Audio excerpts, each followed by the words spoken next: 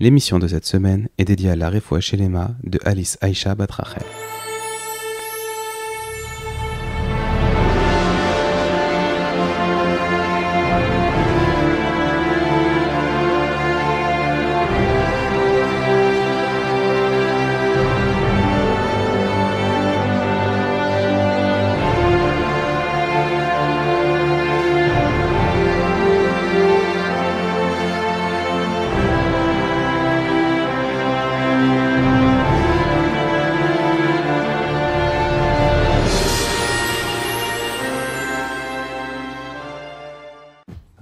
Bonjour, soyez les bienvenus sur rosédemiel.fr.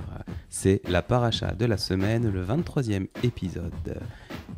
Ici Jonathan Debache, j'ai le plaisir ce soir d'enregistrer avec les frères Benizri, Ouriel. Bonsoir à tous. Raphaël. Bonsoir. Et l'indéboulonnable, le grand au sens propre, voilà. Olivier Chamoula. Bonsoir à tous, Shavua Tov. Alors cette semaine, pas de précédemment, étant donné qu'on démarre un nouveau livre et que il n'y a pas... bon, j'irai pas jusqu'à dire qu'il n'y a pas de lien entre ce qu'on a vu les fois d'avant et cette fois-ci, mais le besoin de faire un résumé ne s'étant pas fait sentir, et puis en plus on attaque un nouveau livre, le livre de Vaïkra, alors on démarre directement. Oui, mais il y a quand même un tout petit lien qu'on pourrait faire remarquer, c'est quand même que... Voilà, donc après la faute du veau d'or, les Béné Israël, afin de réparer leur faute, vont contribuer à la construction du Mishkan. Et donc, Vaïkra, un peu, c'est l'intronisation de ce Mishkan. C'est la concrétisation de ce projet tant attendu. C'est sûr. Alors, Olivier, tu voulais nous parler du fait que Moshe rayonnait. On en a parlé il y a une semaine. Et là, il y a un lien avec Vaïkra. Et c'est vrai qu'on a vu à la fin de la paracha Kitissa que lorsque Moshe est revenu de Har Sinaï avec la Torah écrite, son visage rayonnait. Alors l'explication a été un peu longue, mais je vais essayer d'être très concis. La paracha commence par le mot Vaïkra. Donc Akadosh Baruch Hu, il a appelé Moshe. Et si on remarque bien, dans le Sefer Torah, le Aleph est écrit en tout petit. Pour se lire Vayaker, qui comme si c'est un langage de hasard, comme si Akadosh Baruch Hu, il appelait Moshe par hasard, comme il aurait appelé le prophète Bilaam. C'est ce que Rashi explique sur le coup. Pourquoi il a mis ce Aleph en tout petit, Moshe Rabbeinu? Par pure modestie. En fait, on dit que Moshe Rabbeinu, c'était la personne la plus humble qui ait jamais existé, et par modestie, pour pas dire à tout le monde qu'il ait une relation tellement de proximité avec Akadosh Baruch Hu, et que Akadosh Baruch Hu s'adresse à lui comme par hasard, alors il a voulu rapetissir ce Aleph. Et le Midrash raconte que l'encre qui était nécessaire pour faire un Aleph grandeur nature, eh bien, il l'a utilisé pour s'essuyer, pour s'en mettre sur le front au moment où il a terminé d'écrire la Torah écrite. Et c'est cette encre-là qui devait servir à écrire le Sefer Torah qui rayonnait sur son visage. Impressionnant. Ouais. Parce que quand mes enfants reviennent de l'école et qu'ils ont fait du coloriage, qu'ils sont tout remplis d'encre, ils rayonnent pas. Hein. Ouais, si tu vois les choses autrement, tu pourras te dire que c'est rayonnant. C'est peut-être pas la même encre. C'est ça. C'est de l'encre qui venait d'Ukraine, peut-être, du côté de Tchernobyl. Elle avait tendance à briller dans le noir, tout ça. Alors, comme tu as dit pour Vaïkra avec le petit Aleph, je lisais ça ce matin, et donc voilà, donc c'est Moshe, lorsqu'Hachem lui a dicté la Torah à écrire pour les Béné Israël, après pour le Sefer Torah. Donc, il lui a dit, voilà, le premier mot de la paracha sera Vaïkra. Donc, le nom de la paracha sera Vaïkra. Et ça a dérangé Moshe. Par modestie, il voulait éviter que ça puisse être affiché comme ça, que voilà, Hachem s'est adressé à Moshe. Et d'ailleurs, j'ai entendu une autre explication. Pourquoi il y a un petit Aleph? Pour nous préciser, pour montrer que Moshe, il a atteint peut-être un niveau exceptionnel. Il a peut-être été un dirigeant exemplaire, mais il a accompli des tâches, énormément de tâches, mais il n'a pas forcément fini toutes ces tâches, puisque il ne fera pas entrer en Israël les Juifs. Donc pour dire que Vaïkra, voilà, donc c'est un grand dirigeant, c'est quelqu'un de grand, très bien, mais c'est toujours incomplet, la tâche est toujours incomplète. Sans pitié. Hein. Voilà. Avec tout ce qu'il a accompli, on trouve le moyen de dire qu'il n'a pas fini le job. C'est fou. C'est fou. Bon, alors, la paracha de la semaine, pour en revenir quand même à elle, Vaïkra, elle va nous détailler et nous donner les lois concernant les différents sacrifices. Alors, il y avait d'abord le Olat Behema, qui était aussi appelé Korban Ola, et c'était un holocauste. Donc, ça veut dire qu'en gros, on faisait griller de la viande. C'était un sacrifice volontaire dans lequel on apportait un bœuf, un bouc ou un mouton mâle.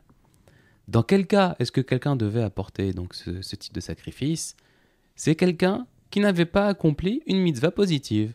Par exemple, mettre les tefilines, faire sa prière. Tout ça, ce sont des commandements positifs. C'est-à-dire que celui qui ne le fait pas ne va pas faire quelque chose d'interdit. C'est plutôt l'absence d'action qui est la faute. Alors, étaient concernés aussi par ce sacrifice les personnes qui avaient transgressé ce qu'on appelle l'av anita kleasé, c'est-à-dire un interdit dont la réparation est possible. Et on donne comme exemple le vol. Donc quelqu'un qui aurait volé son prochain, il peut lui rendre ce qu'il lui a volé, il peut le dédommager, donc c'est réparable. Et à côté de ça, il fallait qu'il emmène un sacrifice au temple. Dernier cas, non, pas dernier cas. Également, quelqu'un qui avait eu de mauvaises pensées concernant l'idolâtrie ou les relations interdites. Et dernier cas, celui qui voulait faire juste une offrande pour remercier Hachem. Quelqu'un, voilà, sans raison particulière, juste, voilà, il veut l'Echem Hachem au nom de Dieu. Alors, on passe à l'holocauste suivant, au sacrifice suivant, qui est également un holocauste, c'est le Olat Haof. Et là, on utilisait un volatile, un tourtereau ou un jeune pigeon. Donc en fait, c'était exactement la même chose que le sacrifice d'avant, le Korban Ola, à la différence près que si quelqu'un n'avait pas les moyens de faire un Olat Behema, donc le Korban Ola, enfin celui qu'on avait juste avant, à ce moment-là, il prenait un animal plus modeste, ça restait le même, c'est-à-dire que le principe était le même, tout était pareil, c'est juste la taille et la valeur pécuniaire du sacrifice qui était différent. Ensuite, il y avait Mincha, qui a donné le nom après à la prière de l'après-midi. Les oblations. Donc là, c'était de la fleur de farine, de l'huile et de l'encens. Et donc là, c'est quelque chose qu'on faisait pour expier ou pour réparer un dommage causé à l'âme par un mauvais comportement ou de mauvais traits de caractère. L'exemple le plus courant qu'on donne, c'est la colère. La Torah déteste quand quelqu'un se met en colère, et c'est un mauvais trait de caractère. Voilà. Donc quelqu'un qui se met en colère, il devait amener il devait faire comme ça ce sacrifice avec de la fleur, de l'huile et de l'encens. Il y en a qui parlent de gâteau tunisien. Le korban shlamim. Donc là, c'est à nouveau un holocauste. Là, c'était une pièce de bétail. Alors, la Torah précise, hein, un bœuf, un bouc, ou un mouton mâle ou femelle, cette fois. Et donc là, c'était juste pour montrer sa reconnaissance envers Hachem. Et la différence avec l'autre qu'on avait vu juste avant, donc le Olat Behema, c'est que cette fois-ci, on invitait ses proches. Donc c'était une Seouda, c'était une fête qu'on faisait pour remercier Hachem. Et c'était une fête avec ses proches, sa famille, ses amis, les gens avec qui on enregistre le podcast, tout ça. Vient ensuite Hatat HaKohen Mashiach. Là, c'était le sacrifice expiatoire du Kohen Gadol, qui était oint. Et donc c'était, si jamais il avait commis une faute suite à une mauvaise déduction qu'il avait pu faire dans son étude. Par exemple, imaginons qu'il avait besoin de faire une action pendant Shabbat. Cette action n'était pas décrite dans la Torah comme étant autorisée ou interdite. Donc il fallait trancher.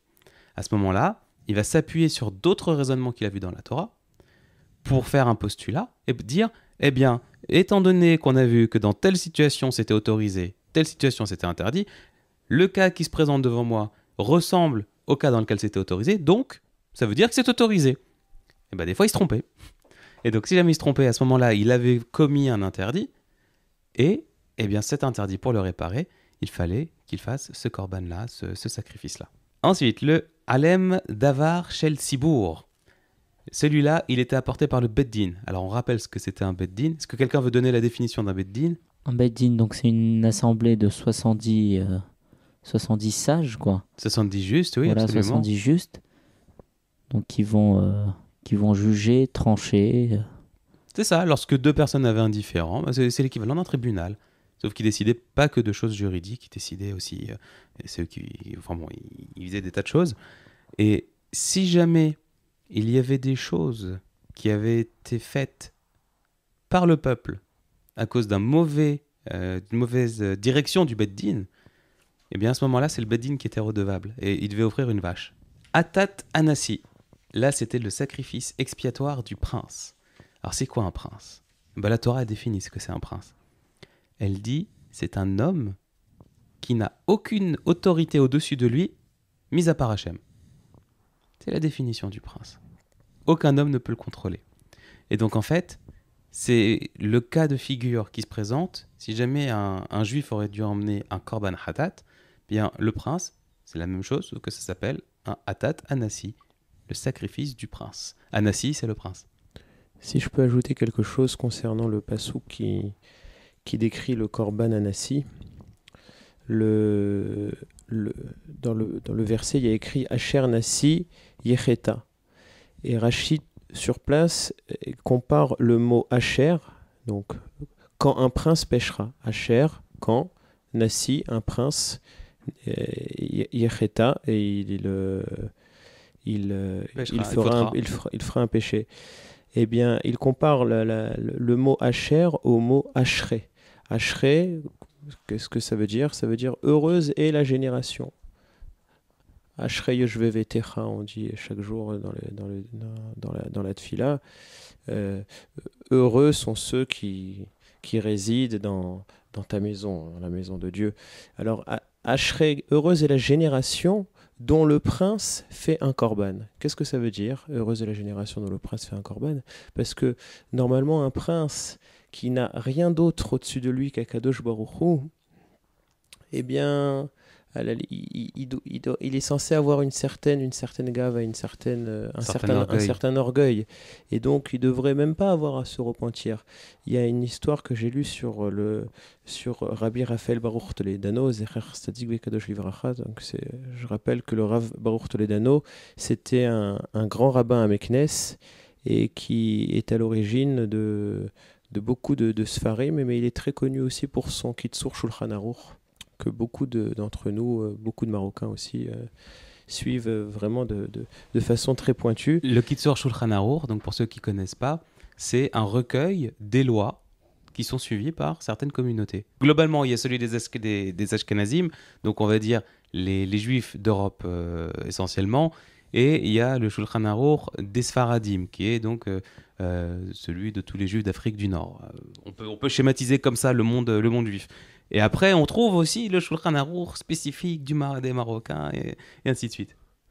Bon, en tout cas, on raconte une histoire sur le Rav que un jour son fils, il a fait une faute, il a transgressé peut-être, disons qu'il a transgressé Shabbat. Alors qu'est-ce qu'il a été faire? On ne sait pas ce qu'il a fait, attention. Ouais. On n'a pas dit que le fils de Rav Toledano était Mechalel Shabbat. Hein. Bon, alors un petit, c'était un jeune qui était encore en âge d'être corrigé en étant frappé. Et il l'a pris dans une pièce à part, il l'a isolé de tout le reste de la famille, et il a commencé à le frapper pour lui donner une correction en faisant promettre son fils qu'il n'allait jamais recommencer. J'avais lu ça. Et à l'époque, pour corriger les enfants à Meknes, on leur tapait sur les doigts de pied. Ouais, c'est ça. Sur la plante des pieds, je crois que c'est bon. Sur les doigts. Et donc l'enfant, il est retourné, disons, à table. Et on voit le rabbi aller dans une autre pièce, aller dans son bureau. Et on entend le bruit d'une ceinture en train de frapper sur un corps. Et qu'est-ce que c'était? C'était Rabbi Raphaël Baruch en train de se frapper lui-même. Pourquoi? Sa femme et ses enfants sont venus le voir. Mais qu'est-ce que tu fais? Il dit, je me punis parce que si mon enfant il a fauté, c'est de ma faute. Et moi aussi, je mérite d'être puni. Et c'est ça, et pourquoi on parle de cet exemple dans ce passouk du prince, parce que le Nassi, c'est quelqu'un qui est un dirigeant, c'est quelqu'un qui montre l'exemple, c'est quelqu'un qui éduque son peuple. Et si lui, il est capable de se remettre en question, c'est le meilleur exemple d'éducation pour un éducateur, c'est de savoir se remettre en question et de se dire que moi aussi, je peux avoir des choses à me reprocher. Très intéressant. Razak. C'est aussi ce qu'on appelle un calvar homer, à plus forte raison. Ouais. Si même le prince, il se remet en question, il apporte un sacrifice, alors moi qui suis un Ben Israël stam, normal, qui n'est rien de spécial, ça va être quoi mon excuse pour pas y aller? Si même lui, il le fait. Razak. Alors, on parlait donc du Hatat Anassi, on l'a donné, et maintenant on va passer au Korban Hatat Yahid. Là, c'est un Korban particulier. C'est pour les gens qui avaient fait des fautes par erreur. Ça s'appelle Béchogeg dans la Torah. Et on parle de fautes qui entraînaient karet, le retranchement.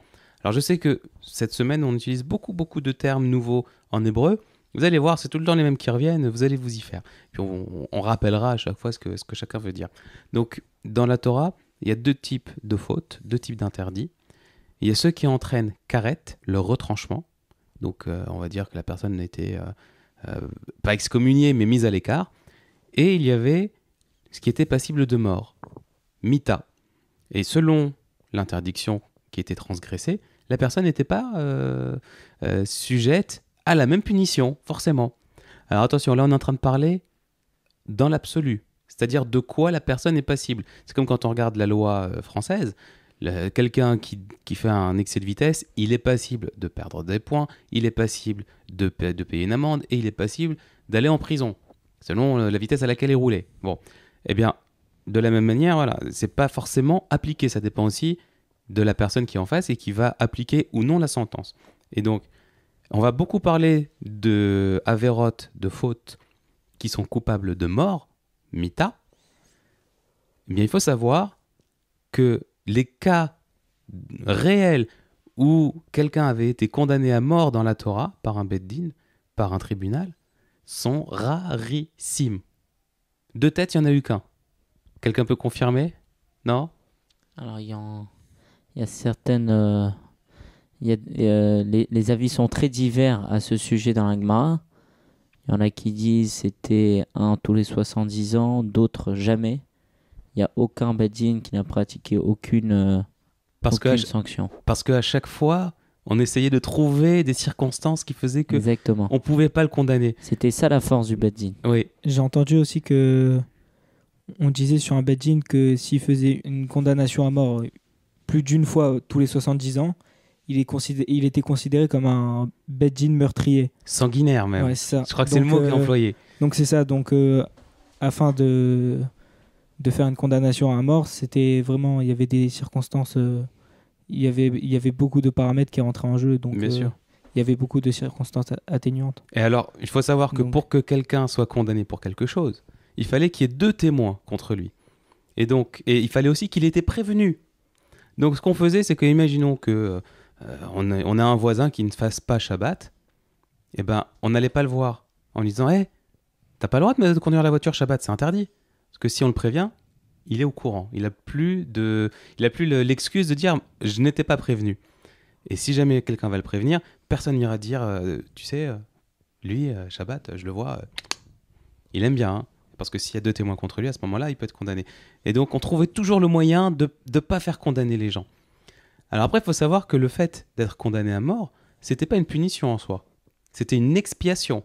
C'est-à-dire que la faute était tellement grave que le seul moyen de s'en débarrasser, mis à part faire tchouva, donc mis à part se repentir, eh bien c'était la mise à mort. Et donc en faisant ça, en étant mis à mort, la personne expiait ses fautes et pouvait arriver dans le monde futur libérée, lavée de ces fautes-là.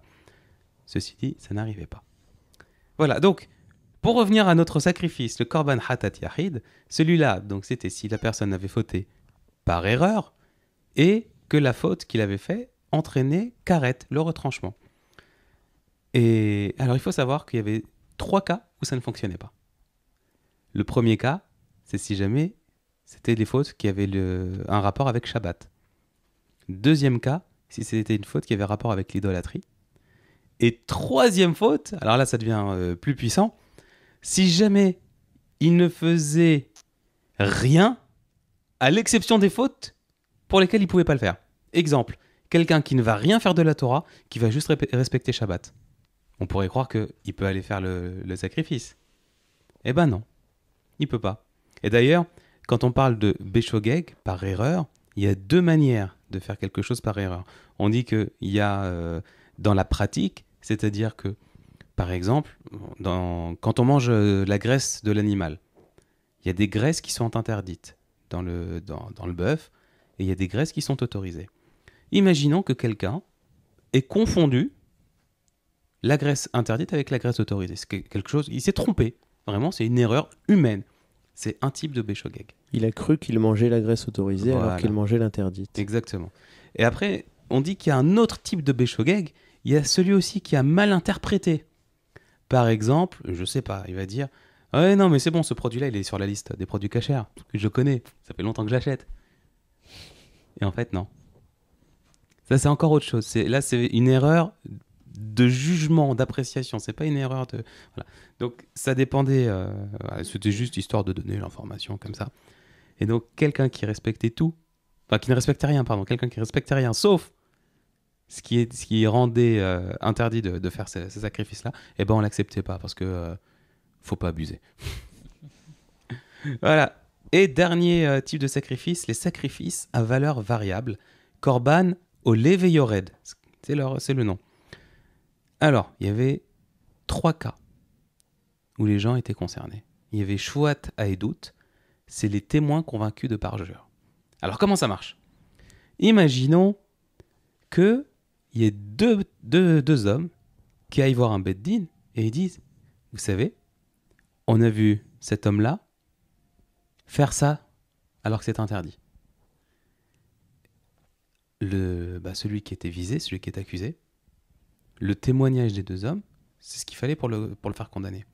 Sauf que, coup de théâtre, il y a 2 autres témoins qui arrivent et qui disent des 2 premiers témoins « comment vous pouvez raconter que celui-là, il a tué un tel jour ? Ce jour-là, vous n'étiez pas là. Vous étiez avec nous, on était à l'autre bout de la France. » Ah, mais alors attends, comment tu peux témoigner de quelque chose, d'une chose à laquelle tu n'as pas assisté ? Eh bien, c'est ce qu'on appelle des Redim Zomemim. Exactement. J'ai un souvenir très ému de ce passage-là, Olivier.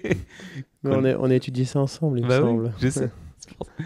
Donc il y a toute une Gemara sur les Redim Zomemim, mais qu'est-ce qu'on leur fait, et c'est quoi, et ainsi de suite, et ainsi de suite. Mais voilà, donc des témoins convaincus de parjure, eh ben, il fallait qu'ils apportent un sacrifice à valeur variable. Alors, on dit à valeur variable parce qu'en fait, c'était fixé en fonction de la faute, en fonction de ce qu'ils avaient fait, ainsi de suite. Il y a des tas de paramètres. C'est très détaillé dans la paracha. Si ça vous intéresse, on vous invite à le lire directement. Hein. Alors, il y avait également le Tumat Mikdash Vekodashav. Donc là, c'est quelqu'un qui avait été rendu impur par un contact avec un mort ou un reptile mort. Il paraît qu'il y a certaines espèces de reptiles, lorsqu'elles sont mortes, elles nous rendent impurs. Et que la personne, donc après avoir été rendue impure, était rentrée dans le Beth Amikdash ou qu'elle avait mangé la viande d'un sacrifice. À ce moment-là, voilà, le fait d'avoir été impur en faisant ces actes-là demandait une expiation et c'est pour ça qu'ils allaient faire un korban. Enfin, Shvuat Bitouille, celui qui brise son serment. Imaginons un juif qui dit « De ma vie entière, je ne mangerai plus jamais de fraises ». Il a juré comme ça devant tout le monde. Attention, c'est pas moi qui l'ai dit. Un éder. Il a fait un éder, c'est comme ça que ça s'appelle. Eh bien, si jamais il a brisé son serment, imaginons qu'on l'ait vu en train de manger une bonne tarte aux fraises, et à ce moment-là, il était passible également de donner ce sacrifice. Quelqu'un veut ajouter quelque chose ? Donc aussi, il y a les corbanotes qui expiaient les fautes d'un côté, mais il y avait des fautes qui étaient tellement graves que les corbanotes ne suffisaient pas pour expier la faute. Donc on disait qu'il y avait des souffrances que l'homme en question pouvait connaître dans le monde-ci et qui pouvaient expier la faute. Et des fois, même les souffrances ne suffisaient pas. Alors il y avait Kippour qui expiait la faute. Et des fois, même Kippour ne marchait pas. Et donc, on disait qu'il avait les souffrances et la mort qui pouvaient expier la faute. Donc voilà, donc les corbanotes, ce n'est pas peut-être une solution à tout. Non, c'est C'est sûr. c'est un premier pas déjà, mais après il y a la tchouva sincère qu'il faut ressentir. La repentance, la tchouva. Mhm. Alors, en parlant de choses agaçantes qui peuvent arriver au quotidien, ça, c'est déjà arrivé à tout le monde. Hein. J'ai 10 pièces dans la poche. J'en ai que une qui n'est pas de la bonne valeur. Je vais mettre la main dans la poche et je vais la sortir. Par exemple, j'ai 10 pièces, j'ai 9 pièces de 2 euros et une pièce de 1 euro. Et j'ai besoin d'une pièce de 2 euros. Je mets ma main dans la poche et forcément, laquelle va sortir? La pièce de 1 euro. Ou alors, je vais prendre mon trousseau de clés, je vais essayer d'ouvrir la porte et clac, j'ai mon trousseau de clés qui tombe par terre. Je le ramasse, je vais pour le remettre, clac, il tombe à nouveau par terre. Tout ça, ça s'appelle des issourines. C'est des petites choses comme ça qui viennent nous gâcher le quotidien et qui sont faits pour expier des fautes, des comportements, des choses qu'on a pu faire qui sont pas bonnes, qui sont pas bien. Et donc c'est une manière d'Hachem, c'est une manière qu'a Hachem de nous permettre d'expier ces fautes-là pour vider les comptes et ne pas arriver dans le monde futur avec un compte trop rempli. Et donc en fait, à chaque fois qu'il nous arrive comme ça une tuile, en fait c'est un petit remboursement anticipé à crédit et c'est une petite mensualité plutôt que de devoir tout payer d'un seul coup. Il faut s'en satisfaire. Il faut être En content. quelque sorte. Voilà, donc je vous invite la prochaine fois que vous faites tomber votre trousseau de clés, la prochaine fois que vous vous Et c'est piquez plus dur aussi. en retournant une feuille, je vous invite à penser qu'à ce moment-là, si vous arrive cette tuile-là, c'est parce que Hachem vous aime beaucoup et parce qu'il veut pas que vous ayez à payer trop d'un coup. Mhm. Chazak ou Baruch? Razak. Bon, Rimdium. Eh ben, nous voilà arrivés à la fin de cette paracha. On vous dit à la semaine prochaine. À la semaine Ok. prochaine. Salut! Merci beaucoup, Salut. Shavuot Tov.